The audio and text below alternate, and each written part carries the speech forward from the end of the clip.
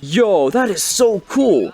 What if I let go? Fracked is one of the VR shooters of all time. It has some of the most unique ideas in a VR game and would easily be one of the best VR shooters available if it also wasn't so bad. But let's start with the good things, and in fact there are a lot of them. For starters, just look at this game. It's quite gorgeous even with its simple looks. It has this cartoony cel-shaded style that looks pretty good for a VR game. Another weird but honestly really cool thing is how you can ski in this game. Yeah, you can ski. I have never heard of a VR shooter where you can fight while skiing, and it works surprisingly well.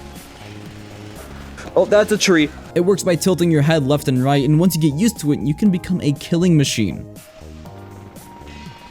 Let's go, like the movies. Big issue with skiing though, it's fucking broken. More specifically, if you aren't facing forward in your setup, you will spin out of control. I have never gotten nauseous in a VR game besides endlessly flipping in Blade and Sorcery. Oh, wow, I think I'm gonna throw up. But this weird glitch forced me to take a break so I didn't accidentally paint my carpet and vomit. Oh, this is very nauseating. Ow, this is actually getting me motion sick.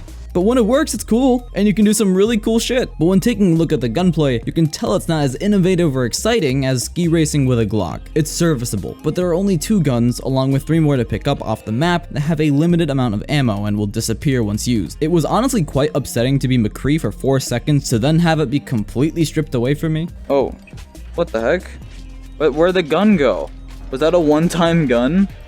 That's silly. But hey, at least you can duck behind cover in a really cool way. You can do a physical duck and then grab whatever is in front of you so you can push yourself up and around and side to side to get a better angle. This worked surprisingly well and made it feel more like a flat screen game that gave you more control over a situation with baddies in front of you. I've never seen this before and I honestly wish it is now in every VR shooter. It is so good and is wonderful to use. But sadly, there was a weird tracking issue with this game, so ducking under cover wasn't exactly the best as it would oftentimes throw you around and make you lose your hands. But what helps speed things up though is that this game has a more arcadey reload. You don't have to grab at your waist for a magazine, helplessly shove it in, cock it, and then pray the bullet will fire. In this game, it's as simple as grab under the gun, pull it up, cock it, and fire. This makes it super fast to get into cover and back into the action.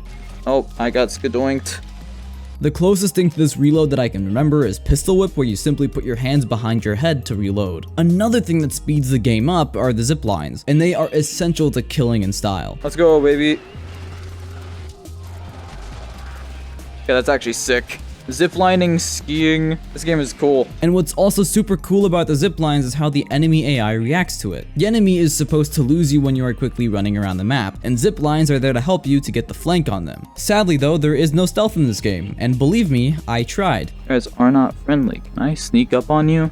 I can in fact not sneak up on you. So the movement in this game is actually awesome, but it doesn't end there. There is also climbing in this game, but it isn't like any other game. What you are climbing on is able to be moved around by the game in set situations. For example, there is a scene where you are hanging off a derailed train, much like that part of Uncharted 2, and as you climb up, the train starts to shift around, swinging you from one part to another to continue the climb. I've never seen this in a VR game before, and it doesn't make you nauseous, which is a definite plus. But now this is where the good things end, as everything else in this game is straight up bad. For starters, this game is a straight port of the PSVR game. Now that wouldn't be any issue if they tried to accommodate for PC users, but they didn't do that. Your controller has to be pointing down for your gun to point straight, so you point at the floor to be able to hit your targets. This is because the developers did not change the game to accommodate for the different PC controllers. Instead, they kept the positions the same way as they are with a PSVR controller, which by the way, is a massive fucking dildo. Also, changing your weapons is a button press, so there is no physically grabbing your weapon. This is because this was a PSVR game and had to deal with the limits of the PSVR camera, which couldn't track behind your body or too low to the ground. Sadly again, there is no option for this on the PC version, so you have to live with the PSVR's limitations. But getting away from the PSVR's issues, another thing that isn't good in this game is the enemy variety, or should I say the lack of it. There are only a few types of enemies in this game and they all function the same, besides a mini boss that you have to shoot his back to kill. But hey, at least one of these enemies became a good friend of mine, even if he wasn't exactly conscious. What the?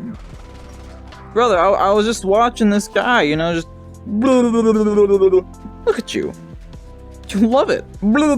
These boring enemies are also the entire final boss of the game, with the whole final battle being very, very boring and honestly, very disappointing. Just like Hello Neighbor, I was asking for more during the credits, wondering why I had to end the way it did, which only made it feel rushed and lazy. That's the end of the game.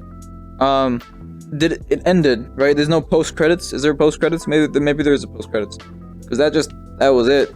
That's it. If it took me to the title screen, I'm really upset. It took me to the title screen. And on top of that, the story itself isn't even good, so having a pretty bad ending only makes that bitter taste worse. It's a shame because this game has so many good set pieces and situations, but almost fails in every other way, excluding the movement abilities. And on top of that, this game isn't even 3 hours long. I mean, it is very short. The time you see here of 3.1 hours is heavily inflated, as I left the game running as I took a break to watch 2 episodes of an anime after spinning out of control and feeling nauseous. So I would probably say that this game is being closer to 2.4 hours long. I enjoy this game, but in no way will I ever come back to it, and I wouldn't even recommend it unless it's on a heavy sale. Fracked VR has excelled in a few ways beyond what I've seen in the VR space, but it lacks in every other way. I can see the potential and hope for some great games in the future from these developers that take inspiration from Fracked, but please, don't ever make a game like this again.